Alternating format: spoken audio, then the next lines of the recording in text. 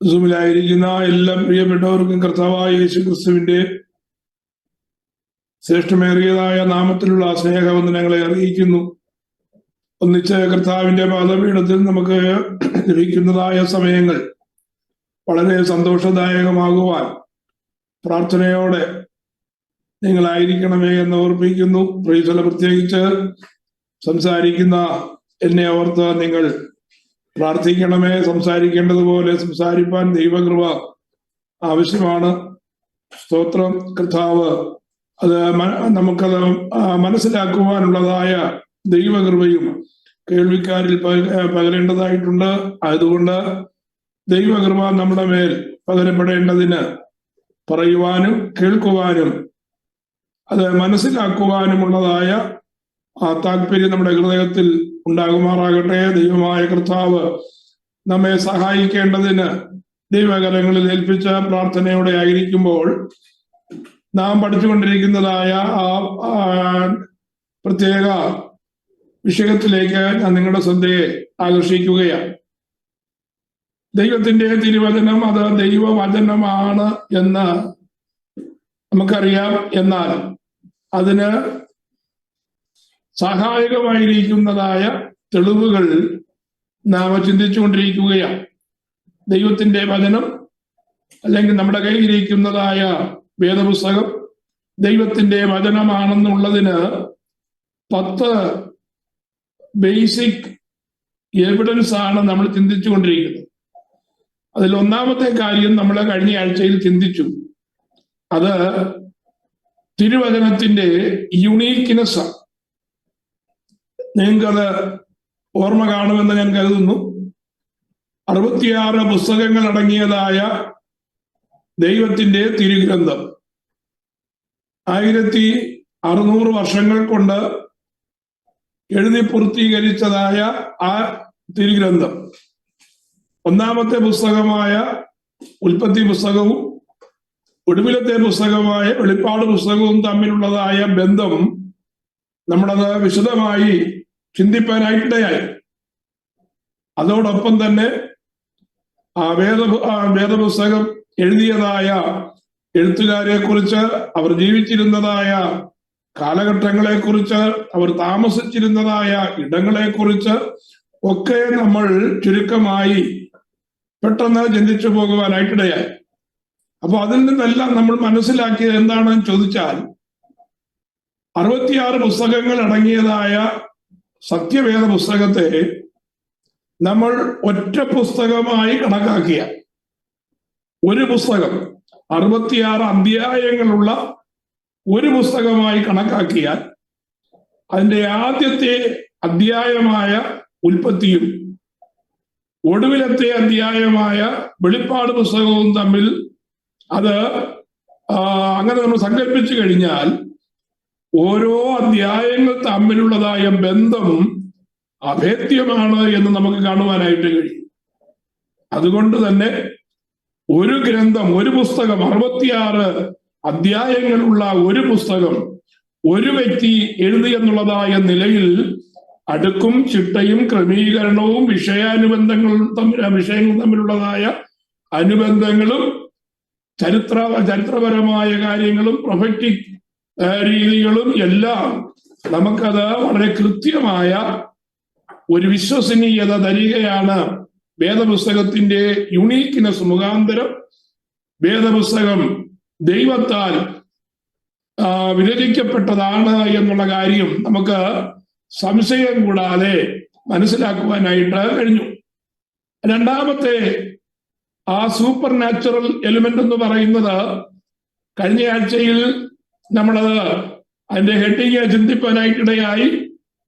എന്താണ് രണ്ടാമത്തെ വിഷയം?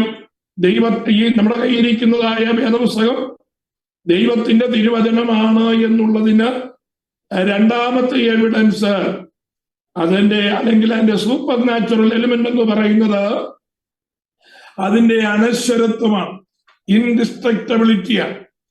അതായത് യാതൊരു കാരണവശാലും ഡിസ്ട്രക്റ്റ് ചെയ്യുവാൻ കഴിയാതെ, നശിപ്പിക്കുവാൻ കഴിയാത്തതായ നിലയിലുള്ള ഒരു പുസ്തകമാണ് നമ്മുടെ കയ്യിലിരിക്കുന്നതായ സത്യവേദ പുസ്തകം.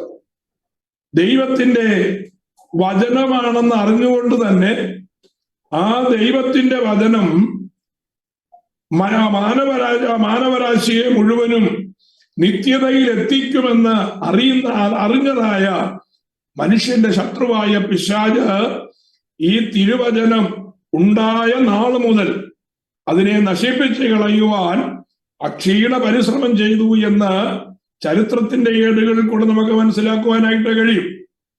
നമുക്കറിയാം, ദൈവത്തിന്റെ തിരുവചനം ആദ്യം ഇറങ്ങി വന്നത് ഏതാണ്ട് 30 ലക്ഷത്തിലധികം ആൾക്കാർ കാണുകയാണ് എന്ന് നമ്മൾ നേരത്തെ ചിന്തിപ്പാനിടയായി. എവിടെയാണ് സംഭവിച്ചത്? സീനായി മരുഭൂമിയിൽ ഏതാണ്ട് 30 ലക്ഷത്തിലധികം വരുന്നതായ ഇസ്രയേൽ ജനം നോക്കി നിൽക്കെ ദൈവത്തിന്റെ തിരുവചനവുമായി അല്ലെങ്കിൽ ദൈവത്തിന്റെ വചനവുമായി ദൈവം തന്നെ സീനായി മലയിലേക്ക് ഇറങ്ങി വരുന്നത് അവർ ദർശിപ്പാനായിട്ടിടയായി.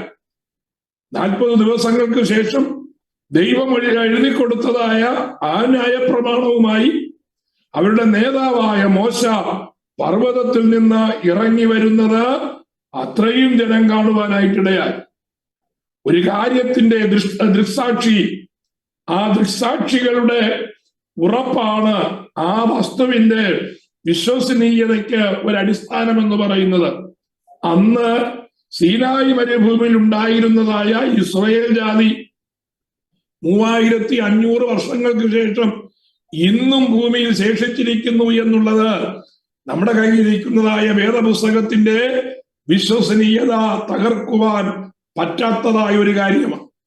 അപ്പോ അങ്ങനെ അത്രയും ജനം ദൈവത്തിന്റെ തിരുവചനം ഇറങ്ങി വരുന്നത് കണ്ടതുകൊണ്ട് തന്നെ ആ ജനത്തെ മുഴുവനും നശിപ്പിച്ച് കളയുവാൻ പിശാച് ആദ്യം മുതൽ തന്നെ പരിപാടി ഇട്ടിരിക്കുകയാണ്.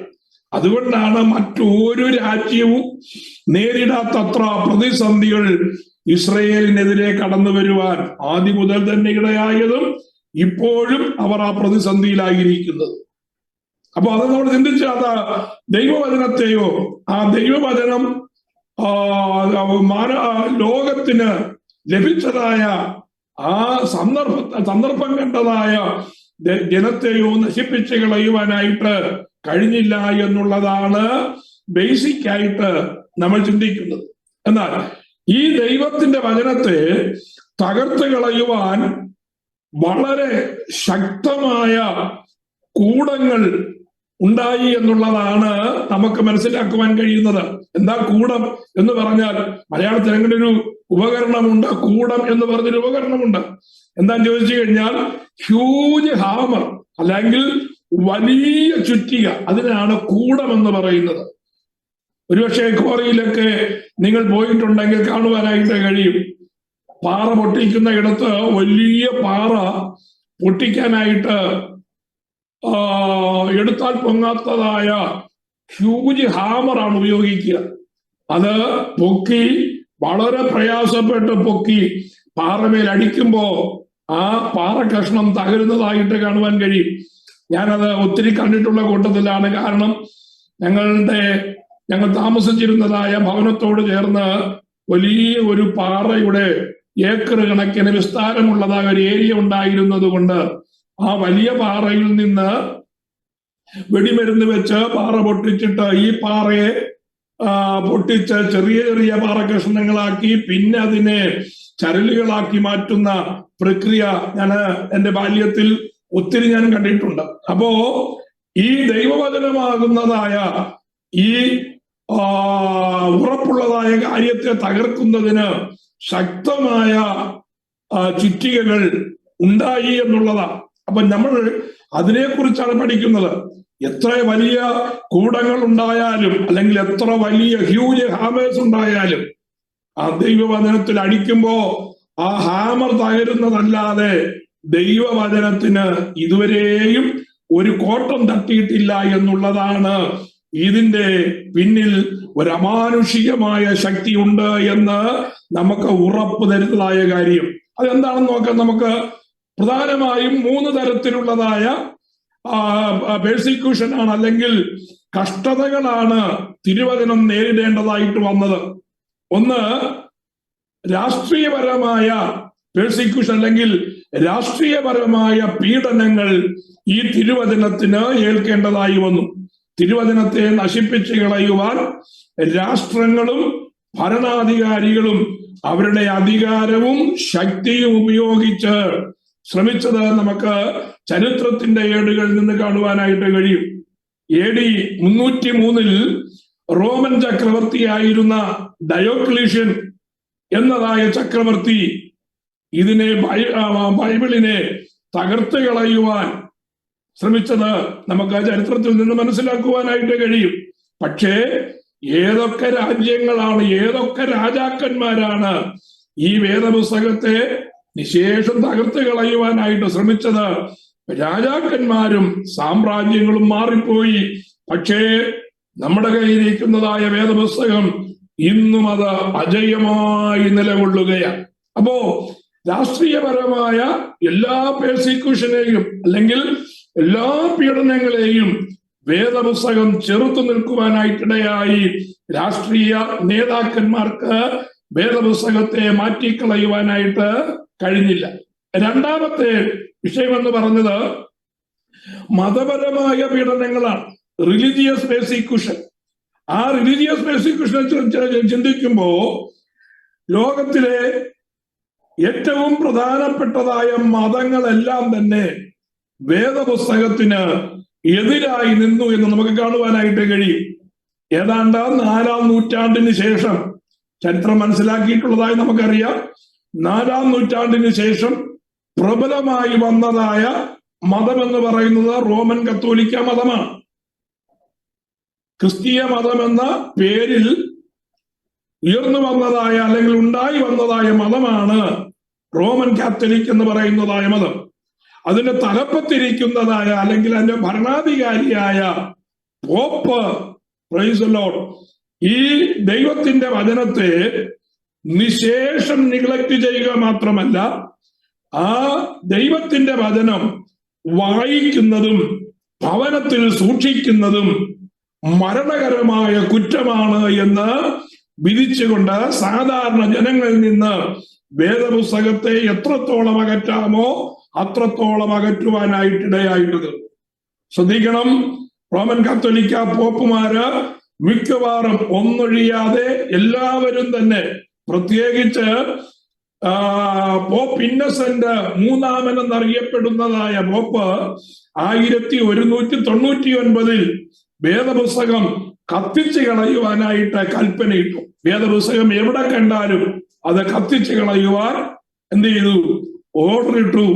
ആ പോപ്പിന്റെ കീഴിലുള്ളതായ ലോകത്താകമാനമുള്ളതായ ക്രിസ്ത്യാനികൾക്ക് വേദപുസ്തകം കൈകൊണ്ട് തൊടുന്നതിന് പോലുമുള്ളതായ പെർമിഷൻ നിരാകരിക്കപ്പെട്ടു.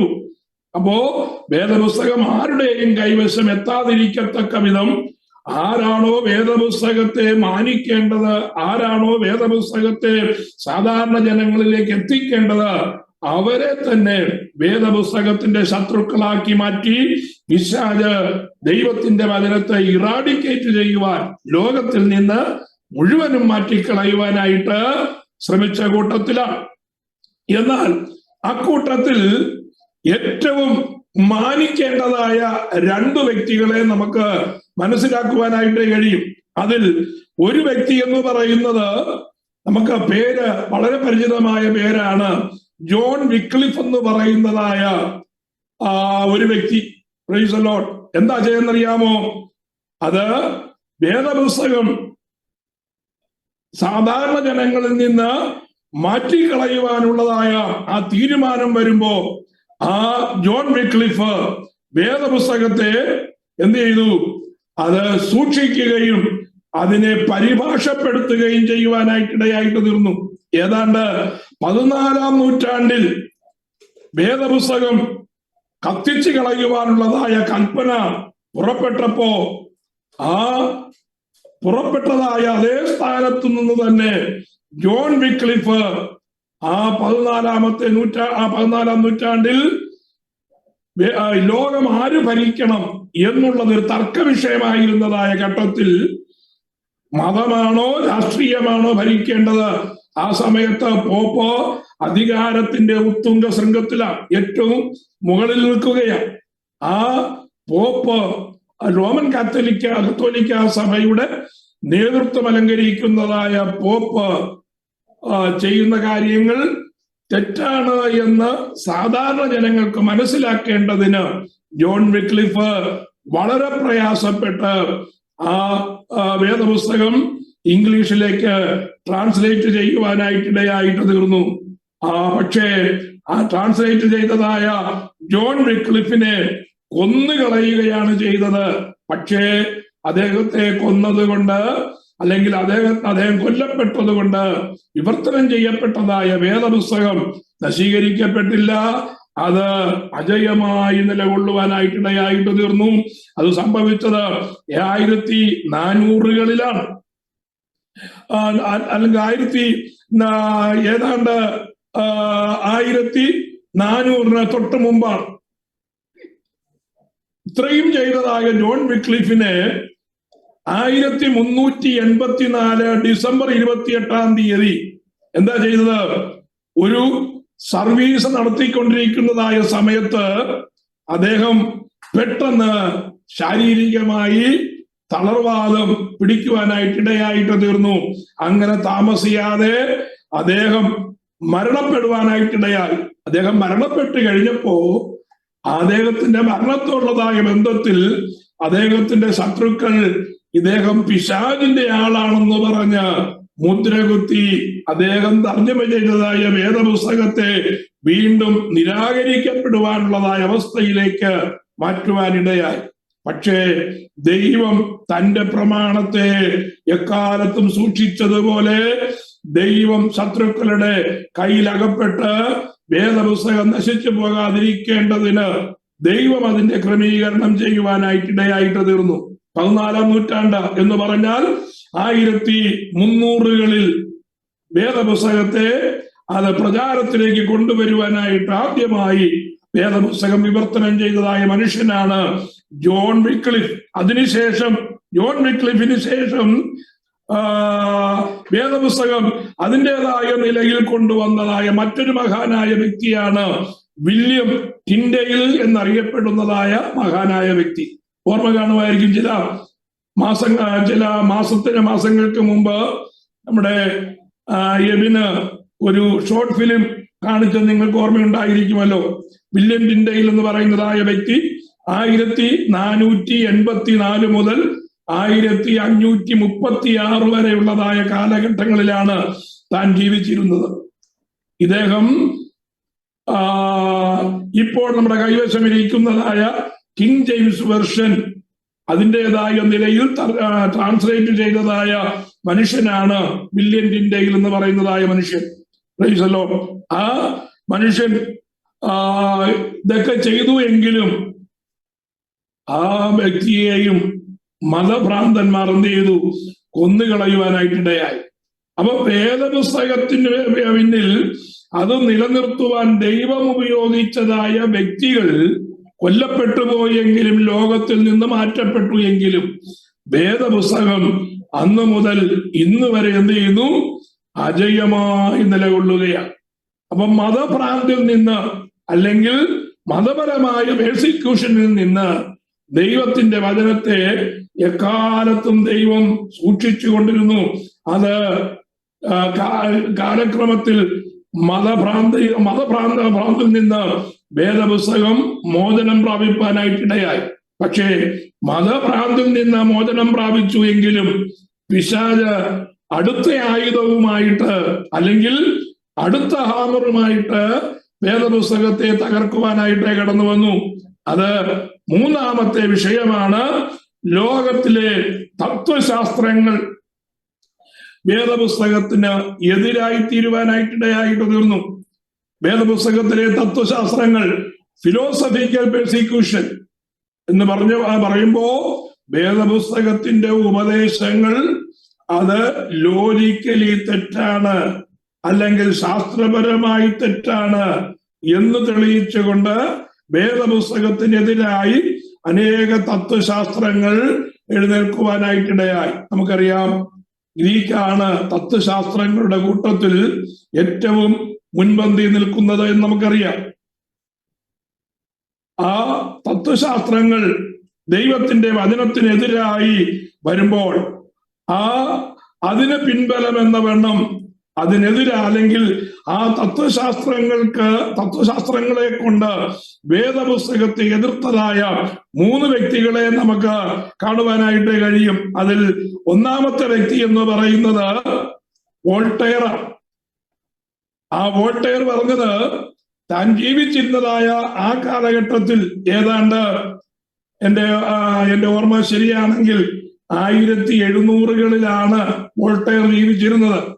ആ വോൾട്ടയർ എന്ന് പറയുന്നതായ മനുഷ്യൻ പറഞ്ഞത് ഈ സെഞ്ചുറി കഴിഞ്ഞ്, അതായത് ആ വോൾട്ടയർ ജീവിച്ചിരുന്നതായ ആ നൂറ്റാണ്ട് കഴിഞ്ഞാൽ പിന്നെ ഈ നൂറ്റാണ്ടിന് ശേഷം വേദപുസ്തകം എന്ന് പറയുന്ന ഒരു കാര്യം ലോകത്ത് കാണുകയില്ല എന്ന് അദ്ദേഹം വിളംബരം ചെയ്യുവാനായിട്ടിടയായി. അതിനെ തത്വശാസ്ത്രപരമായി എതിർത്ത് അതിലാരും വിശ്വസിക്കാതിരിക്കത്തക്കവണ്ണം ആ കാര്യങ്ങളൊക്കെ ആര് ചെയ്യുവാനിടയായി? വോൾട്ടയർ ചെയ്യുവാനായിട്ടിടയായി. പക്ഷേ ആ നൂറ്റാണ്ട് തീരുന്നതിന് മുമ്പ്, ആ 1700-കൾ അവസാനിക്കുന്നതിന് മുമ്പ് വോൾട്ടയർ ലോകത്തിൽ നിന്ന് മാറ്റപ്പെട്ടു. പക്ഷേ വേദപുസ്തകം 1700-കൾക്ക് ശേഷം അതിന്റെ പ്രചാരം വർദ്ധിക്കുവാനായിട്ടിടയായി. വോൾട്ടയർ താമസിച്ചിരുന്നതായ അദ്ദേഹത്തിന്റെ ഭവനം ജനീവ ബൈബിൾ സൊസൈറ്റി വാങ്ങിയിട്ട് അവിടെ ബൈബിളുകൾ സൂക്ഷിക്കുന്ന ഒരു വലിയ ഡിപ്പോ ആയി, അല്ലെങ്കിൽ ഒരു വലിയ സ്റ്റോറേജ് ഹൗസ് ആയിട്ട് അതിനെ മാറ്റുവാനായിട്ടിടയായി. നോക്കൂ ദൈവത്തിന്റെ പ്രവൃത്തി. വേദപുസ്തകത്തെ ഇറാഡിക്കേറ്റ് ചെയ്യുവാൻ ശ്രമിച്ചതായ വോൾട്ടയറിന്റെ ഭവനം ബൈബിൾ സൊസൈറ്റി തന്നെ വാങ്ങിയിട്ട് അവിടെ വേദപുസ്തകം സൂക്ഷിക്കത്തക്കതായ വിധത്തിൽ അത്രത്തോളം അത് വിപുലമാക്കുവാനായിട്ട് ഇടയായിട്ട് തീർന്നു. അതുപോലെ തന്നെ ഈ കഴിഞ്ഞ നൂറ്റാണ്ട്, അതായത് 1933 ഡിസംബർ 27-ന് ബ്രിട്ടീഷ് ഗവൺമെന്റ് റഷ്യക്കാരിൽ നിന്ന് വാങ്ങിയതായ കോഡെക്സ് സിനൈറ്റിക്സ് എന്ന് പറയുന്നതായ ആ വേദപുസ്തക സഞ്ചയം ഏതാണ്ട് $500,000 വാങ്ങിയത്. വേദപുസ്തകത്തിന്റെ വാല്യൂ നിങ്ങൾ നോക്കണം, ലോകപ്രകാരമുള്ളതായ വാല്യൂ. എന്നാൽ വേദപുസ്തകത്തിന്റെ വിലയില്ലാതെ വണ്ണം 1 നൂറ്റാണ്ട് കഴിയുമ്പോ വേദപുസ്തകം എന്നേക്കുമായി ഭൂമിയിൽ നിന്ന് അപ്രത്യക്ഷമാകുമെന്ന് പറഞ്ഞതായ ആ വോൾട്ടയറിന്റെ ഗ്രന്ഥത്തിന്റെ 1-ാം പതിപ്പ് വിറ്റത് വെറും 5 ഷില്ലിങ്ങിനാണ്. വെറും 11 സെന്റിനാണ് ആ പുസ്തകം വിറ്റഴിഞ്ഞു പോയത്. അപ്പോ വേദപുസ്തകം എപ്രകാരമാണ് ദൈവം സൂക്ഷിച്ചത് എന്ന് നമ്മുടെ കൈവശം ലഭിക്കേണ്ടതിന് വേദപുസ്തകം എത്രമാത്രം പരിരക്ഷിക്കപ്പെട്ടു എന്ന് നാം മനസ്സിലാക്കുമ്പോ നമ്മുടെ കയ്യിലിരിക്കുന്നതായ വേദപുസ്തകം നിസ്സാരമല്ല. അതിന് പിന്നിൽ വില കൊടുത്തവർ ധാരാളമുണ്ട് എന്ന് നമുക്ക് കാണുവാനായിട്ട് കഴിയും. അപ്പോ വോൾട്ടയറിന്റെ കാര്യം അങ്ങനെ കഴിഞ്ഞുവെങ്കിൽ, രണ്ടാമത് തോമസ് പെയിൻ എന്ന് പറയുന്നതായ രണ്ടാമത്തെ മറ്റൊരു വ്യക്തിയാണ്. അദ്ദേഹം പറഞ്ഞത് ഇങ്ങനെയാണ്: ഒരു കാട്ടിൽ കൂടെ കോടാലിയും കൊണ്ട് ഒരു മരം വെട്ടുകാരൻ നടക്കുകയാണ്. ആ മരം വെട്ടുകാരന്റെ പാതയിൽ കാണുന്ന സകല മരങ്ങളും ആ മരം വെട്ടുകാരൻ എന്ത് ചെയ്തു? വെട്ടി വീഴ്ത്തി. ഇനിയും അവിടെ ശേഷിക്കുന്നത് ഏതാനും കുറ്റികൾ മാത്രമേ ഉള്ളൂ. എന്നാൽ ചില ദിവസങ്ങൾ കഴിയുമ്പോ ആ കുറ്റികളും ഉണങ്ങിപ്പോകും. അങ്ങനെ ഞാൻ കോടാലിയുമായിട്ട് യാത്ര ചെയ്യുന്നതായ ഈ മരം വെട്ടുകാരന് തുല്യമാണ്. എനിക്ക് ശേഷം ബൈബിൾ ലോകത്ത് കാണുകയില്ല എന്ന് പറഞ്ഞ് വേദപുസ്തകം ഇറാഡിക്കേറ്റ് ചെയ്യുവാനായിട്ട് ചെയ്യേണ്ടതായ കാര്യങ്ങളെല്ലാം ഈ തോമസ് പെയിൻ ചെയ്യുവാനായിട്ടിടയായിട്ട് തീർന്നു. എന്നാൽ എന്താ സംഭവിച്ചത്? 809 ഒരു മദ്യപാനിയുടെ ശവക്കുഴിയിലേക്ക് ഇഴഞ്ഞു പോകുന്നത് പോലെ അയാൾ ലോകത്തിൽ നിന്ന് മാറ്റപ്പെടുവാനിടയായിട്ട് തീർന്നു. മാറ്റപ്പെട്ടു പോകുമെന്ന് പറഞ്ഞതായ വേദപുസ്തകം ഇന്നും നിലനിൽക്കുകയാണ്. ഇനി മൂന്നാമത്തെ പ്രധാനപ്പെട്ടതായ വ്യക്തി ജോസഫ് സ്റ്റാലിൻ എന്ന് പറയുന്നതായ വ്യക്തിയാണ്. അതേക്കുറിച്ച് നമുക്ക് വളരെ ചരിത്രം പഠിച്ചിട്ടുള്ളവർക്ക് ആ വ്യക്തിയെ കുറിച്ച് നന്നായി അറിയാം. ഒരു രക്തദാഹിയായ മനുഷ്യനാണ് ഈ ജോസഫ് സ്റ്റാലിൻ എന്ന് പറയുന്നതായ വ്യക്തി. ദൈവത്തിനും ദൈവവചനത്തിനും ദൈവജനത്തിനും എതിരായി ഏതെല്ലാം രീതിയിൽ എതിരായി നിൽക്കാമോ ആ രീതിയെല്ലാം അവലംബിച്ചതായ വ്യക്തിയാണ് ആര്? ജോസഫ് സ്റ്റാലിൻ. ഏതാണ്ട് 20-ാം നൂറ്റാണ്ടിന്റെ അവസാനത്തിൽ ഈ മനുഷ്യൻ റഷ്യ പിടിച്ചെടുക്കുവാനായിട്ട് ഇടയായിട്ട് തീർന്നു. ആ തൊട്ടടുത്തതായ 50 വർഷം ആ റഷ്യയിൽ നിന്നല്ല USSR നിന്ന്, അന്ന് USSR ആണല്ലോ 1990 വരെ USSR എന്നുള്ള പേരിലാണ് അറിയപ്പെട്ടിരുന്നത്. ആ USSR നിന്ന് മുമ്പൊരിക്കലും കണ്ടിട്ടില്ലാത്തതുപോലെ ബൈബിൾ സംബന്ധമായ സകല കാര്യങ്ങളും നിരോധിക്കണമെന്നുള്ളതായ വലിയ നിർബന്ധ ബുദ്ധിയോടെ ആ മനുഷ്യൻ പോരാടുവാനായിട്ടിടയായിട്ട് തീർന്നു. എന്നാൽ ഈ മനുഷ്യൻ മാറ്റപ്പെട്ടതല്ലാതെ റഷ്യയിൽ നിന്നോ ലോകത്തിൽ നിന്നോ വേദപുസ്തകം മാറ്റിക്കളയുവാനായിട്ട് കഴിഞ്ഞില്ല. ഇന്നത്തെ അല്ലെങ്കിൽ ചില നാളുകൾക്ക് മുമ്പുള്ളതായ കണക്കനുസരിച്ച് റഷ്യയിൽ വേദപുസ്തകവും അതിൻ്റെതായിട്ടുള്ളതായ വിഷയങ്ങളും ഏറ്റവും കൂടുതൽ ആൾക്കാർ കൈകാര്യം ചെയ്യുന്നു എന്നും ഏറ്റവും കൂടുതൽ ആൾക്കാർ വിശ്വസിക്കുന്നത് ദൈവവചനത്തിലാണ് എന്നുള്ളതായ ഒരു സർവേ നമുക്ക് കാണുവാനായിട്ട് കഴിയും. അപ്പോ ദൈവത്തിന്റെ വചനം ഇറാഡിക്കേറ്റ് ചെയ്യുവാനായിട്ട് ശ്രമിച്ചതായ എല്ലാവരും ലോകത്തിൽ നിന്ന് മാറ്റപ്പെട്ടു. പക്ഷേ ദൈവവചനം നിലനിൽക്കുവാനായിട്ടിടയായി. അപ്പൊ രണ്ടാമത്തെ വിഷയം, വേദപുസ്തകം ദൈവത്തിന്റെ വചനമാണെന്ന് നാം ഉറപ്പിക്കുവാൻ നമുക്ക് കിട്ടുന്നതായ രണ്ടാമത്തെ കാര്യം എന്ന് പറയുന്നത് അതിന്റെ അനശ്വരതയാണ്. രാഷ്ട്രീയമായി, മതപരമായി, തത്വശാസ്ത്രപരമായി വേദപുസ്തകത്തെ തകർക്കുവാൻ ശ്രമിച്ചതായ ഇടങ്ങളിലെല്ലാം വേദപുസ്തകം അജയ്യമായി നിലനിന്നു എന്നുള്ളതാണ് വേദപുസ്തകം ദൈവത്തിന്റെ വചനമെന്ന് ഉറയ്ക്കുവാൻ നമുക്കുള്ളതായ പിന്നിലെ ചേതോവികാരം. ഇനി മൂന്നാമത്തെ വിഷയം എന്ന് പറയുന്നത്, മൂന്നാമത്തെ സൂപ്പർ നാച്ചുറൽ എലിമെന്റ് എന്ന് പറയുന്നത് ഹിസ്റ്റോറിക്കൽ ആക്യുറസിയാണ്. ഹിസ്റ്റോറിക്കൽ ആക്യുറസി എന്ന് പറഞ്ഞാൽ ചരിത്രപരമായ കൃത്യത. ചരിത്രം പഠിക്കുന്നതായ ഒരു വ്യക്തിക്ക് ചരിത്രം കൊണ്ട് തന്നെ വേദപുസ്തകം വിശ്വസനീയമാണ് എന്ന് തെളിയിക്കപ്പെട്ടിട്ടുള്ളത് നമുക്ക് കാണുവാനായിട്ട് കഴിയും. ഏതാണ്ട് 150 വർഷങ്ങൾക്ക് മുമ്പ് വേദപുസ്തകം തെറ്റാണ് എന്ന് പറഞ്ഞുകൊണ്ട് ചരിത്രപരമായി 100 കണക്കിന് തെറ്റുകൾ വേദപുസ്തകത്തിനകത്ത് ഉണ്ട് എന്ന് പറഞ്ഞ് ഒരു വലിയ പ്രൊപ്പഗാൻഡ പരക്കുവാനായിട്ടിടയായി. എന്നാൽ അതേ തുടർന്ന് ആർക്കിയോളജിക്കൽ റിസർച്ച് രൂപപ്പെടുവാനായിട്ടിടയായി. ആർക്കിയോളജിക്കൽ റിസർച്ച് എന്ന് പറയുമ്പോൾ ഭൂഗർഭ ഗവേഷണ ശാസ്ത്രം. അപ്പോ ഭൂഗർഭ ഗവേഷണ ശാസ്ത്രം അല്ലെങ്കിൽ ആർക്കിയോളജിക്കൽ സയൻസ് രൂപപ്പെട്ടതിനോടുള്ളതായ ബന്ധത്തിൽ ഭൂമിയിൽ നിന്ന് അനേക എവിഡൻസ് കണ്ടെടുക്കുവാനായിട്ടിടയായി.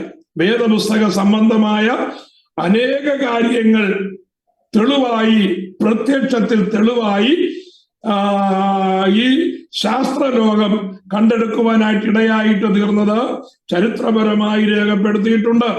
അപ്പോ അത് നമ്മൾ മനസ്സിലാക്കുമ്പോൾ വേദപുസ്തകത്തിന്റെ ചരിത്രത്തിൽ ഉൽപ്പത്തി മുതൽ പറഞ്ഞിരിക്കുന്നതായ ഓരോ സംഭവങ്ങളും ചരിത്രത്തിൽ നടന്നു എന്നും ആ നടന്നതിന്റെ തെളിവുകൾ സഹിതം നമുക്ക് കാണുവാനായിട്ട് കഴിയും. ഈ ഹിസ്റ്റോറിക്കൽ ആക്യുറസിയെ കുറിച്ച് ചിന്തിക്കുമ്പോൾ 3 വ്യക്തികൾ വളരെ പ്രധാനമായും നമുക്ക് മനസ്സിലാക്കുവാനായിട്ട് കഴിയും. 3 വ്യക്തികളെ കുറിച്ച് മനസ്സിലാക്കുമ്പോൾ ആ ചരിത്രപരമായ കാര്യങ്ങളുടെ കൃത്യതയുടെ ഒരു ബേസ് നമുക്ക് കിട്ടുവാനായിട്ടിടയാകും. ഒന്നാമത്തെ വ്യക്തി എന്ന് പറയുന്നത് സർ വില്യം റാംസി എന്ന് പറയുന്നതായ മനുഷ്യനാണ്. ഇദ്ദേഹം മനുഷ്യശാസ്ത്രത്തിൽ സ്കോട്ട്ലൻഡിലെ യൂണിവേഴ്സിറ്റിയിലെ ഒരു സീനിയർ പ്രൊഫസറാണ്. വളരെ പണ്ഡിതനാണ്. ചരിത്രപരമായി വളരെ വലിയ അറിവുള്ളതായ മനുഷ്യനാണ്. ആര്? സർ വില്യം റാംസി എന്ന് പറയുന്നതായ മനുഷ്യൻ. അദ്ദേഹത്തിന്റെ സമയത്ത് ഈ ഹിസ്റ്റോറിക്കൽ ആയിരിക്കുന്നതായ കാര്യങ്ങൾ, അല്ലെങ്കിൽ ഏഷ്യ മൈനർ, ഇന്ന് നാം തുർക്കി എന്ന് വിളിക്കുന്നതായ ഏഷ്യ മൈനറിൽ ഭൂമിശാസ്ത്രത്തിലും ചരിത്രത്തിലും ലോകത്തിലെ ഏറ്റവും പ്രഗത്ഭനായ ഒരു മനുഷ്യനായിരുന്നു ഈ വില്യം റാംസി എന്ന് പറയുന്നതായ മനുഷ്യൻ. അദ്ദേഹം ശേഖരിച്ചതായ ആദ്യകാല രേഖകൾ വെച്ചുകൊണ്ട് ഇദ്ദേഹം പുതിയ നിയമത്തിലെ പ്രവൃത്തികളുടെ പുസ്തകവും ലൂക്കോസിന്റെ സുവിശേഷവും അത് തെറ്റാണ് എന്നുള്ളതായ ധാരണയിൽ ഗവേഷണം ചെയ്യുവാനായിട്ട് ആരംഭിച്ചു. ശ്രദ്ധിക്കണം, വേദപുസ്തകം ശരിയാണെന്നുള്ളതായ നിഗമനത്തിലല്ല അദ്ദേഹം ഗവേഷണം ആരംഭിച്ചത്. പ്രത്യേകിച്ച് ലൂക്കോസിന്റെ സുവിശേഷവും അപ്പോസ്തല പ്രവൃത്തികളും അതിനകത്ത് പറഞ്ഞിരിക്കുന്നതായ കാര്യങ്ങൾ ഒരിക്കലും വിശ്വസിക്കുവാൻ കഴിയുന്നതല്ല. ചരിത്രപരമായി അതിന് യാതൊരു അടിസ്ഥാനവും തെളിവുമില്ലാത്തതാണ് എന്നുള്ളതായ ധാരണയിൽ അത് തെറ്റാണ് എന്ന് തെളിയിക്കേണ്ടതിന് വേണ്ടി അദ്ദേഹം എന്ത് ചെയ്തു? ഗവേഷണം ആരംഭിച്ചു. ആര്? വില്യം റാംസി ഗവേഷണം ആരംഭിക്കാനായിട്ടിടയായി. അപ്പോ അദ്ദേഹത്തിന്റെ വളരെ കഠിനമായ, കാരണം മില്യൺസ് ഓഫ് ആൾക്കാര് പവിത്രമായി കരുതുന്നതായ വേദപുസ്തകം, അതിനകത്ത് നിന്ന് പണ്ഡിതനായ ഒരു മനുഷ്യൻ അത് തെറ്റാണ് എന്ന് തെളിയിക്കണമെങ്കിൽ, തെറ്റാണെന്ന് തെളിയിക്കാൻ ആവശ്യമായ രേഖകൾ ഉണ്ടാകണം. ആ രേഖകൾ ഉണ്ടാക്കാൻ വേണ്ടിയാണ് വില്യം റാംസി എന്ത് ചെയ്തത്? ആരംഭം കുറിച്ചത്. പക്ഷേ എന്താ സംഭവിച്ചെന്നറിയാമോ? വേദപുസ്തകം അത് ഗവേഷണം ആരംഭിക്കുന്നതിന് മുമ്പ് വില്യം റാംസി പറഞ്ഞത് ഇതാണ്: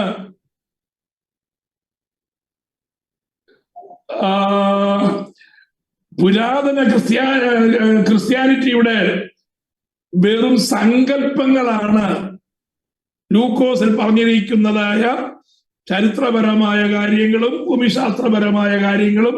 അതിനകത്ത് യാതൊരു അടിസ്ഥാനവുമില്ല. അതുപോലെ തന്നെയാണ് അപ്പോസ്തല പ്രവൃത്തികളും എന്നുള്ളതായ നിഗമനത്തിലാണ് അദ്ദേഹം അതിന്റെ ഗവേഷണം ആരംഭിച്ചത്. എന്നാൽ നീണ്ട വർഷത്തെ ഗവേഷണത്തിന്റെ ഫലമായിട്ട് അദ്ദേഹം കൺക്ലൂഡ് ചെയ്തത് എന്താണെന്നറിയാമോ? അദ്ദേഹം ഒടുവിൽ പറഞ്ഞു നിർത്തിയത് ലൂക്കോസിന്റെ സുവിശേഷത്തിൽ പറയുന്ന രാഷ്ട്രീയമായ കാര്യങ്ങൾ, ഭൂമിശാസ്ത്രപരമായ കാര്യങ്ങളിൽ ഒന്നുപോലും അവിശ്വസിക്കേണ്ടതായിട്ടില്ല. എല്ലാം അത് പറഞ്ഞിരിക്കുന്നത് പോലെ സൂക്ഷ്മമായ ഏതൊരു കാര്യത്തിലും അത് വളരെ കൃത്യമായി പറഞ്ഞിരിക്കുന്ന കാര്യങ്ങളാണ്. മതപരമായ വിശ്വാസത്തിന്, അല്ലെങ്കിൽ ക്രിസ്തീയ വിശ്വാസത്തിന് എതിരായി നിൽക്കുന്ന ഒരു കാര്യവും ഈ പറയപ്പെട്ടതായ പുസ്തകങ്ങളിൽ നിന്ന് കണ്ടെത്തുവാനായിട്ട് കഴിയുകയില്ല. അങ്ങനെയെങ്കിൽ വേദപുസ്തകത്തിന്റെ ഓരോ ഏടുകളിലും പറയുന്നതായ കാര്യങ്ങൾ കൃത്യമാണ് എന്ന് നിരീശ്വരവാദിയായിരുന്നത്, അല്ലെങ്കിൽ വിശ്വാസി അല്ലാതിരുന്നതായ ഈ വില്യം റാംസി അത് തെളിയിച്ചു. ഒടുവിൽ ഇദ്ദേഹം വേദപുസ്തകം ശരിയാണെന്ന് അംഗീകരിച്ചുകൊണ്ട് ഒരു ക്രിസ്തു വിശ്വാസിയായി തീർന്നു എന്നാണ് മനസ്സിലാക്കാൻ ഞാൻ വായിക്കുവാനായിട്ടിടയായിട്ട് തീർന്നത്. അപ്പോ സർ വില്യം റാംസിയുടെ ഭൂഗർഭ ഗവേഷണ ഫലം തെളിയിക്കുന്നത് വേദപുസ്തകത്തിനകത്തെ കാര്യങ്ങളെല്ലാം കൃത്യം എന്നുള്ളതാണ്. രണ്ടാമത് വില്യം എഫ് ആൾബ്രൈറ്റ് എന്ന് പറയുന്നതായ വ്യക്തിയാണ്. അദ്ദേഹം ഒരു വലിയ സ്കോളറാണ്. One of the greatest and most respected oriental scholars ever lived. ഇന്ന് വരെ ജീവിച്ചിട്ടുള്ള ഗവേഷകന്മാരിൽ വെച്ച്, പണ്ഡിതന്മാരിൽ വെച്ച് അഗ്രഗണ്യനായ ഒരു പണ്ഡിതനാണ് വില്യം ഓൾബ്രൈറ്റ്. അദ്ദേഹം പൗരസ്ത്യ രാജ്യത്തുള്ളതായ ഒരു മനുഷ്യനാണ്. അദ്ദേഹം ഒത്തിരി പുസ്തകങ്ങൾ എഴുതിയിട്ടുണ്ട്. ഒടുവിൽ അദ്ദേഹം കൊണ്ട് നിർത്തിയതായ കൺക്ലൂഷൻ ഇതാണ്: വേദപുസ്തകം പൂർണ്ണമായും അത് വിശ്വസനീയമാണ്. അതിനകത്ത് പറഞ്ഞിരിക്കുന്നതായ ഒരു കാര്യത്തിനും എതിരായി ഇന്ന് വരെ ചരിത്രത്തിൽ നിന്ന് ഒരു കാര്യവും നമുക്ക് കാണിക്കുവാൻ കഴിയാത്ത വിധത്തിൽ അത്രത്തോളം വിശ്വസനീയമാണ് വേദപുസ്തകമെന്ന് വില്യം എഫ് ഓൾബ്രൈറ്റ് പറയുവാനായിട്ടിടയായി. മൂന്നാമത്തെ വ്യക്തി റോബർട്ട് ഡിക് വിൽസനാണ്. അദ്ദേഹം പഴയ നിയമത്തെ സംബന്ധിച്ച് ഇത്രത്തോളം ആഴമായി പഠിക്കുകയും അതിനനുസരിച്ചുള്ളതായ റിപ്പോർട്ട് തയ്യാറാക്കുകയും ചെയ്തിട്ടുള്ളതായ വേറൊരു വ്യക്തിയില്ല. ആര്? റോബർട്ട് ഡിക് വിൽസൺ എന്ന് പറയുന്നതായ വ്യക്തി. അദ്ദേഹം 1856 ജനിച്ചത്. അദ്ദേഹത്തിന്റെ ഗ്രാജുവേഷന് ശേഷം അദ്ദേഹം എന്താ ചെയ്യുന്നറിയാമോ? ഡോക്ടർ MA എടുത്തു, അതിനുശേഷം ഡോക്ടറേറ്റ് എടുത്തു. അതിനുശേഷം യൂണിവേഴ്സിറ്റി ഓഫ് ബെർലിനില് ഇദ്ദേഹം അധ്യാപകനായിട്ട് ചേരുവാനായിട്ടിടയായി. പഴയ നിയമം പഠിക്കുന്നതിന് വേണ്ടി ഇദ്ദേഹം സമയം ചെലവഴിക്കുവാനായിട്ടിടയായി. അപ്പോ അദ്ദേഹം കാൽക്കുലേറ്റ് ചെയ്തത് ഇനിയും ജീവിച്ചിരിക്കുന്ന, അപ്പം ഈ തീരുമാനമെടുക്കുമ്പോ അദ്ദേഹത്തിന്റെ പ്രായം എന്ന് പറയുന്നത് 25 വയസ്സാണ്. അപ്പൊ തന്റെ പിതാമഹന്മാർ, അതായത് അപ്പനും വല്യപ്പനും അവർക്ക് മുമ്പ് ജീവിച്ചിരുന്നതായ കുടുംബചരിത്രം പഠിച്ച് അദ്ദേഹം ഒരു കൺക്ലൂഷനിലെത്തി: എന്റെ ആയുസ് കുറഞ്ഞത് ഒരു 70 വയസ്സ് വരെ ഞാൻ ജീവിച്ചിരിക്കുമെന്നുള്ളതായ നിഗമനത്തിലെത്തി. ബാക്കി ഇനിയുള്ളതായ 45 വർഷം വേദപുസ്തകത്തിൽ അല്ലെങ്കിൽ പഴയ നിയമം അതിൻ്റെതായ രീതിയിൽ പഠിക്കണമെന്ന് വിചാരിച്ച് അദ്ദേഹം പഠിക്കാനായിട്ട് ആരംഭിച്ചു. അദ്ദേഹം എന്താ ചെയ്യുന്നറിയാമോ? ആദ്യം ലാംഗ്വേജസ് അല്ലെങ്കിൽ ഭാഷകൾ പഠിക്കുവാനായിട്ട് ആരംഭിച്ചു. ഒത്തിരി ഭാഷകൾ ഇദ്ദേഹം പഠിച്ചു. ആദ്യത്തെ ഏതാണ്ട് 20 വർഷക്കാലം ഇദ്ദേഹം ഭാഷകൾ പഠിച്ച് വേദപുസ്തകം ഏതൊക്കെ ഭാഷകൾ എഴുതിയിട്ടുണ്ടോ ആ ഭാഷകളെല്ലാം ഇദ്ദേഹം പഠിക്കുവാനായിട്ടിടയായി. എന്നിട്ട് അടുത്ത സെക്ഷൻ 25 വർഷം വേദപുസ്തകത്തിന്റെ ഓരോ താളും ഇദ്ദേഹം കാണാതെ പഠിക്കുവാനായിട്ട് ആരംഭിച്ചു. എന്ന് പറഞ്ഞു കഴിഞ്ഞാൽ അതിന്റെ ഹിസ്റ്റോറിക്കൽ എവിഡൻസ്, അതിന്റെ പോയിന്റ് ഓഫ് റെഫറൻസ് എന്ന് വേണ്ട സകല കാര്യങ്ങളും ഇദ്ദേഹം പഠിക്കുവാനായിട്ട് ഇടയായിട്ട് തീർന്നു. അതിന് സംബന്ധമായി ഇദ്ദേഹം എഴുതാന്റെ പഴയ നിയമത്തിന്റെ വിശ്വാസ്യതയെ കുറിച്ച് അനേക പുസ്തകങ്ങൾ എഴുതുവാനായിട്ടിടയായി. അപ്പോ ഈ പണ്ഡിതന്മാരുടെ റിപ്പോർട്ടുകളിൽ നിന്ന് നമുക്ക് മനസ്സിലാക്കുവാൻ കഴിയുന്നത് വേദപുസ്തകത്തിൽ അവിശ്വസനീയമായ ഒരു കാര്യവുമില്ല. വേദപുസ്തകം അതിന്റെ A to Z പറയുന്നതായ സകല വിഷയങ്ങളും വിശ്വസനീയമാണെന്ന് ഉള്ളതാണ് നമുക്ക് മനസ്സിലാക്കുവാൻ കഴിയുന്നതായ വിഷയം. ഈ നാലാമത്തെ ചരിത്രപരമായ കാര്യങ്ങൾ നമ്മൾ പറഞ്ഞ് ഞാൻ ഈ ഇന്നത്തെ ടോപ്പിക്ക് അവസാനിപ്പിക്കുവാൻ ആഗ്രഹിക്കുകയാണ്. ഇതിനകത്ത് വേദപുസ്തകത്തിന്റെ രചയിത അല്ലെങ്കിൽ പണ്ഡിതാക്കന്മാരിൽ 2 വ്യക്തികളുണ്ട്. ഒന്ന് ഹാലി എന്ന് പറയുന്ന വ്യക്തിയാണ്. ഹാലീസ് ബൈബിൾ ഹാൻഡ് ബുക്ക് വേദപുസ്തകത്തെ കുറിച്ച് പഠിക്കുവാനുള്ളതായ ആധികാരികമായ ഒരു പുസ്തകമാണ്. അതിനകത്ത് അതുപോലെ ഉള്ളതായ ഹിസ്റ്റോറിക്കലി ആക്യുറസി വ്യക്തമാക്കുന്നതായ മറ്റൊരു പുസ്തകമുണ്ട്. ഈ 2 പുസ്തകങ്ങളുടെയും വെളിച്ചത്തിൽ 40 കൂട്ടം കാര്യം, വേദപുസ്തകത്തിൽ പറഞ്ഞിരിക്കുന്ന 40 കൂട്ടം കാര്യങ്ങളുടെ പുരാവസ്തു ഗവേഷണം നടത്തി അതിന്റെ തെളിവുകൾ വിവിധ മ്യൂസിയങ്ങളിൽ സൂക്ഷിച്ചിട്ടുണ്ട് എന്നുള്ളതായ കാര്യമാണ്.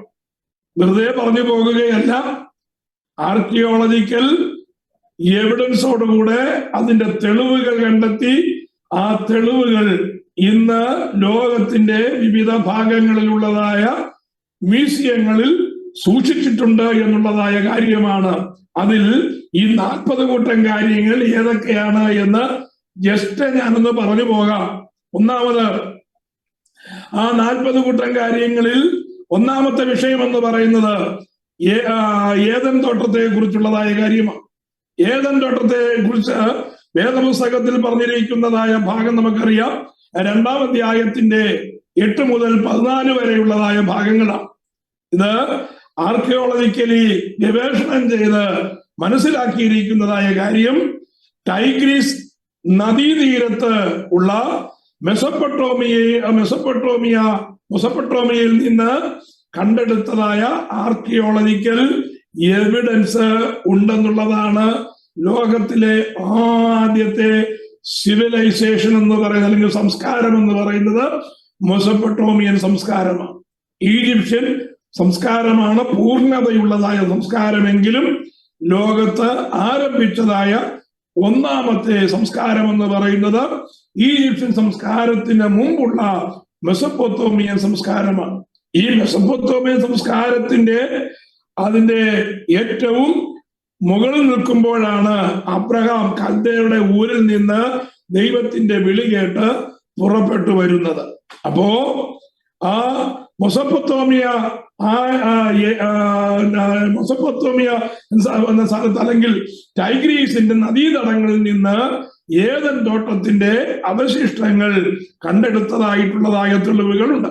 രണ്ടാമത്, മനുഷ്യന്റെ വീഴ്ചയെ സംബന്ധിക്കുന്നതായ കാര്യങ്ങൾ, മനുഷ്യന്റെ പതനത്തെ കുറിച്ച് അല്ലെങ്കിൽ മനുഷ്യന്റെ വീഴ്ചയെ കുറിച്ച് ഉൽപ്പത്തി 3-ാമത്തെ അധ്യായത്തിലാണ് നമുക്ക് വായിപ്പാനായിട്ട് കഴിയുന്നത്. അത് എബ്രായ ഭാഷയിലുള്ളതായ വേദപുസ്തകത്തിൽ മാത്രമല്ല, ലോകത്തുള്ളതായ മറ്റ് സംസ്കാരങ്ങളിൽ ഉള്ളതായ ലിഖിതങ്ങളിലും ഈ ഏദൻ തോട്ടത്തെ കുറിച്ചും മനുഷ്യനെ കുറിച്ചുമുള്ളതായ രേഖകളുണ്ട് എന്ന് കണ്ടെത്തിയിട്ടുണ്ട്. ബാബിലോണിയൻ ടാബ്ലറ്റ് എന്ന് പറയുമ്പോൾ സ്ലൈറ്റുകൾ അല്ലെങ്കിൽ പാറകഷ്ണങ്ങൾ ചെത്തി ഉണ്ടാക്കി അതിൽ പുരാവസ്തു അല്ലെങ്കിൽ പുരാതന ലിഖിതങ്ങൾ അന്ന് നടക്കുന്ന അറിവുള്ളതായ കാര്യങ്ങൾ രേഖപ്പെടുത്തി വെച്ചിട്ടുണ്ട്. അതിനെയാണ് അതിലൊന്നാണ് ബാബിലോണിയൻ ടാബ്ലറ്റ് എന്ന് പറയുന്നത്. അതിനകത്ത് ആദാം ഹവ്വമാരുടെ കാര്യങ്ങൾ സൂചിപ്പിച്ചിട്ടുണ്ട് എന്നുള്ളത് കണ്ടെടുക്കുവാനിടയായിട്ട് തീർന്നിട്ടുള്ള കാര്യമാണ്. മൂന്നാമത്, ഉൽപ്പത്തി പുസ്തകം 5-ാം അധ്യായത്തിലേക്ക് വരുമ്പോ അവിടെ ഒരു വംശപാരമ്പര്യം നമുക്ക് കാണുവാനായിട്ട് കഴിയും. ആദം മുതൽ നോഹ വരെയുള്ളതായ വംശപാരമ്പര്യം നമുക്ക് കാണുവാനായിട്ട് കഴിയും. ആ പാരമ്പര്യങ്ങൾ വായിക്കുമ്പോ നമുക്കൊരു കാര്യം അവിശ്വസനീയമായി തോന്നാം. എന്താണ് രേഖപ്പെടുത്തിയിരിക്കുന്നത്? മനുഷ്യന്റെ ആയുസ് 1000-ഓടടുത്ത വർഷങ്ങളായിരുന്നു എന്ന് നമുക്ക് അധ്യായങ്ങളിൽ നിന്ന് 10 തലമുറകളുടെ വിശദീകരണത്തിൽ നിന്ന് വായിപ്പാനായിട്ട് കഴിയും. അപ്പോ അന്നത്തെ മനുഷ്യന്റെ ദീർഘായുസോടുള്ളതായ ബന്ധത്തിൽ ആ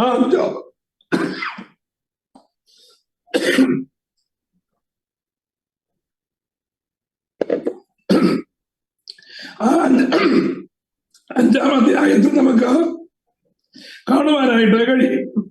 അതിൽ മെഥൂശലേഹിന്റെ ആയുസ് എന്ന് പറയുന്നത് 969 വർഷമാണ്. ഇന്ന് ജീവിച്ചിരിക്കുന്നതായ മനുഷ്യനെ സംബന്ധിച്ച് ഈ കാര്യങ്ങൾ വിശ്വസിപ്പാനായിട്ട് അല്പം പ്രയാസമാണ്. അത് അതിശയോക്തിപരമാണ് എന്ന് ചിന്തിച്ച് വേദപുസ്തകം അവിശ്വസനീയമായ കാര്യങ്ങൾ ഉണ്ട് എന്ന് തെളിയിച്ചുകൊണ്ട് വേദപുസ്തകത്തിന്റെ വിശ്വസനീയത തകർക്കുവാനായി ഇതൊരു പക്ഷേ മുഖാന്തരമായി എടുക്കാം. എന്നാൽ കണ്ടെടുത്തിരിക്കുന്നതായ പുരാവസ്തു ഗവേഷണ റിസർച്ചിൽ നിന്ന് മനസ്സിലാക്കുവാൻ കഴിയുന്നത് ഇങ്ങനെ ദീർഘായുസുള്ളതായ മനുഷ്യർ ജീവിച്ചിരുന്നതായ ഒരു കാലഘട്ടം ഉണ്ടായിരുന്നു എന്ന് രൂപരേഖ നമുക്ക് കാണുവാനായിട്ട് കഴിയും. 2170 BC എഴുതിയതായ വേൾഡ് ലണ്ടൻ പ്രിസം എന്ന് പറയുന്നതായ ആ ലിഖിതത്തിൽ ഇങ്ങനെയുള്ളതായ മനുഷ്യരുടെ കാര്യം രേഖപ്പെടുത്തിയിട്ടുണ്ട്. അപ്പോ അന്ന് ജീവിച്ചിരുന്നത്, അതായത് 2170 BC രേഖപ്പെടുത്തിയിരിക്കുന്നതായ ആ രേഖയിൽ നിന്നുള്ളതായ വിശ്വസനീയമായ കാര്യങ്ങളാണ് ഉൽപ്പത്തി പുസ്തകത്തിലെ 5-ാം അധ്യായത്തിന്റെ വംശപാരമ്പര്യ പ്രകാരം പറഞ്ഞിരിക്കുന്നതായ ആയുസ് ഒരിക്കൽ ഭൂമിയിൽ ഉണ്ടായിരുന്നു എന്ന് തെളിവുള്ളതായ കാര്യം. 4-ാമത് യൂണിവേഴ്സൽ ഫ്ലഡ് ഉൽപ്പത്തി പുസ്തകം 6-ാം അധ്യായത്തിലേക്ക് വരുമ്പോ അവിടെ നമുക്ക് വായിക്കാൻ കഴിയുന്നത് ലോകം മുഴുവനും ഉണ്ടായതായ ഒരു വെള്ളപ്പൊക്കത്തെ കുറിച്ചാണ്. അത് ഒരിക്കലും സംഭവിച്ചതായ കാര്യമല്ല എന്ന് അവിടങ്ങളിൽ നമുക്ക് കാണുവാനും കേൾക്കുവാനും കഴിയും. പക്ഷേ പുരാതന സംസ്കാരങ്ങൾ പഠിക്കുമ്പോ എല്ലാ സംസ്കാരങ്ങളിലും അവരുടെ ചരിത്രങ്ങളിൽ ഒരു വെള്ളപ്പൊക്കത്തെ കുറിച്ച് എല്ലാ സംസ്കാരങ്ങളിലും എഴുതപ്പെട്ടിരിക്കുന്നത് ചരിത്രപരമായി കണ്ടെടുത്തിരിക്കുന്ന കാര്യമാണ്. അപ്പോൾ അത് വേദപുസ്തകത്തിലെ കാര്യമല്ല, ഈ ഭൂമിയിലെ മറ്റുള്ളതായ സംസ്കാരങ്ങളിൽ എഴുതപ്പെട്ടതായ ചരിത്രരേഖകളിൽ നിന്ന് ഒരു ആഗോള വ്യാപകമായ വെള്ളപ്പൊക്കത്തെ കുറിച്ചുള്ളതായ പരാമർശമുണ്ട്. അടുത്തത് ഉൽപ്പത്തി പുസ്തകത്തിൽ കാണുന്നതായ 11-ാം അധ്യായത്തിലെ ബാബേൽ ടവറിനെ കുറിച്ചാണ്. ബാബിലോണിൽ ഗവേഷണം ചെയ്തതായ വേളയിൽ ആ കോട്ടയുടെ അവശിഷ്ടം കണ്ടെടുത്തതായി രേഖകളുണ്ട്. അബ്രഹാമിന്റെ ജനനസ്ഥലത്തെ കുറിച്ചുള്ളതായ രേഖകളുണ്ട്. തുടർന്ന് അബ്രഹാം ഈജിപ്തിലേക്ക് ഇറങ്ങിപ്പോയപ്പോൾ നടന്നതായ സംഭവങ്ങളുടെ എഴുതപ്പെട്ടതായ ലിഖിതങ്ങൾ ഇന്നും സൂക്ഷിക്കപ്പെട്ടിട്ടുണ്ട്. അതിനൊരു കാരണം മിസ്രൈമിലേക്ക് ഇറങ്ങിപ്പോയി എന്ന് നമുക്ക് കാണുവാനായിട്ട് കഴിയും. അന്ന് മിസ്രൈമിയ സംസ്കാരം ഡെവലപ്പായി വരുന്നതായ സമയമാണ്. ആ സമയത്ത് മിസ്രൈമിലേക്ക് ചെല്ലുമ്പോ ആരെങ്കിലും ചെന്ന് കഴിഞ്ഞാൽ വിശേഷതയുള്ളതായ കാര്യങ്ങൾ മിസ്രൈമിൽ നടന്നാൽ മിസ്രൈമിൽ ഉള്ളതായ പണ്ഡിതന്മാർ അവിടെ ഉള്ളതായ ശിലാഫലകം എന്ന് പറഞ്ഞാൽ എഴുതാനായിട്ട് ഉപയോഗിക്കുന്നതായ ആ കല്ലുകൊണ്ടുള്ളതായ ഫലകങ്ങളിൽ ഇത് എൻഗ്രേവ് ചെയ്ത് വെക്കുന്നത് പതിവുണ്ട്. അബ്രഹാമിനെ കുറിച്ചും അബ്രഹാം ഇറങ്ങിച്ചെന്നപ്പോൾ നടന്നതായ സംഭവങ്ങളെ കുറിച്ചും മിസ്രൈമിൽ താമസിച്ചിരുന്നതിനെ കുറിച്ചുമുള്ളതായ കാര്യങ്ങൾ വിശദമായി തന്നെ എഴുതപ്പെട്ടതായ രേഖകളുണ്ട്. അപ്പം വേദപുസ്തകത്തിൽ പറഞ്ഞിരിക്കുന്നതായ കാര്യങ്ങൾ ഒന്നും തന്നെ എന്തല്ല, അതൊരു മിഥ്യയല്ല, ഒരു അസംഷൻ അല്ല, എല്ലാം ചരിത്രത്തിൽ നടന്ന കാര്യങ്ങളാണ്. അതുപോലെ അബ്രഹാം 14-ാം അധ്യായത്തിലേക്ക് വരുമ്പോ അബ്രഹാം നടത്തിയതായ യുദ്ധം, ആ യുദ്ധത്തിൽ ഏതൊക്കെയാണ് കക്ഷികളായിരുന്നതെന്നും ആ യുദ്ധത്തിൽ ഫലം എന്താണെന്ന് രേഖപ്പെടുത്തിയിരിക്കുന്നതായ ഫലകങ്ങളുണ്ട്. ഇങ്ങനെ കണ്ടെടുത്തതായ ഫലങ്ങളെ കുറിച്ച് നാം ചിന്തിക്കുമ്പോ വേദപുസ്തകത്തിൽ അടുക്കടുക്കായിട്ട് ഒത്തിരി കാര്യങ്ങൾ തെളിവായിട്ട് നമ്മുടെ മുമ്പിലുണ്ട്. Praise the Lord. സോദോം ഗൊമോറയെ കുറിച്ചുള്ളതായ കാര്യങ്ങൾ, അത് ഒരു ജനനിബിഡമായ രാജ്യം പൊടുന്നനവെ നശിച്ചു പോയി എന്നുള്ളതായ തെളിവുകൾ ആ പ്രദേശത്ത് നിന്ന് കണ്ടെടുത്തിട്ടുണ്ട്. ജോസഫിന്റെ പൊത്തിഫേറിന്റെയും കാര്യങ്ങൾ രേഖപ്പെടുത്തിയിരിക്കുന്നതായ മിസ്രൈമ്യ കഥകൾ ചരിത്രപരമായി രേഖപ്പെടുത്തിയിരിക്കുന്നതായ കാര്യങ്ങളുണ്ട്. അതുപോലെ മിസ്രൈമിൽ നടന്നതായ 7 വർഷത്തെ ആ കഠിനമായ ക്ഷാമം, പിന്നെ ഇസ്രയേല് ഈജിപ്തിലേക്ക് പോയ കാര്യം, 13